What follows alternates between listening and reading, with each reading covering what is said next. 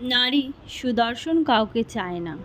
সে চায় তাকে কেউ সময় দিক, তাকে কেউ যত্ন করুক এবং তাকে কেউ পাগলের মতো ভালোবাসুক।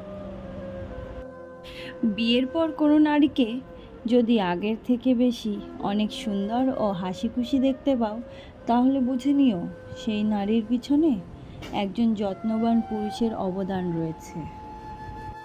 শ্বশুরবাড়িতে একটি মেয়ে তখনই সম্মান অর্জন করতে পারে যখন সে তার স্বামীর কাছ থেকে পারফেক্ট মূল্যায়ন পায়। স্বামী দরিদ্র হলেও সমস্যা নেই, যদি মনের দিক থেকে ভালো ও চরিত্রবান হয়। অন্যদের মতো আমার স্বামীর ব্যাংক ভর্তি টাকা না থাকলেও আমার পিছনে খরচ করার মতো সুন্দর একটি মন আছে, আলহামদুলিল্লাহ।